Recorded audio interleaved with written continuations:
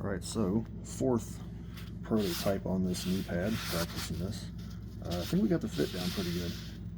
I added an inch to the pattern, that way it covered a little bit more of the knee and the width. The length was fine. Added a little bit to the elastic. So we've got plenty of protection space. I got my little groove in here in the padding. Worked out nice there. When we bend and flex, it covers like it should. Kind of like a traditional trace style, Japanese style knee pad. So we can get a good angle here. Yeah. Good bend. It's comfortable.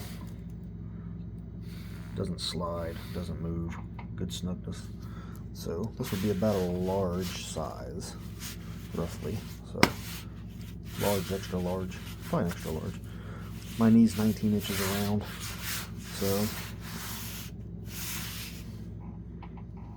not too sure. I need a tan, but yeah.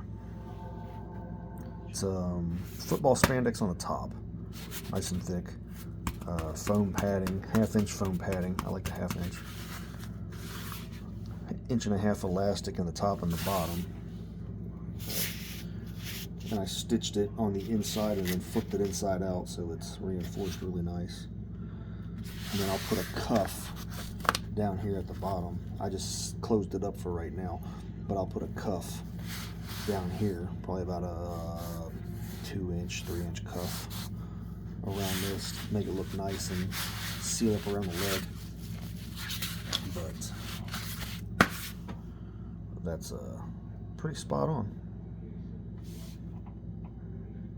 So I'm going to put this with this other one that I made, and I'm going to use these, not that one.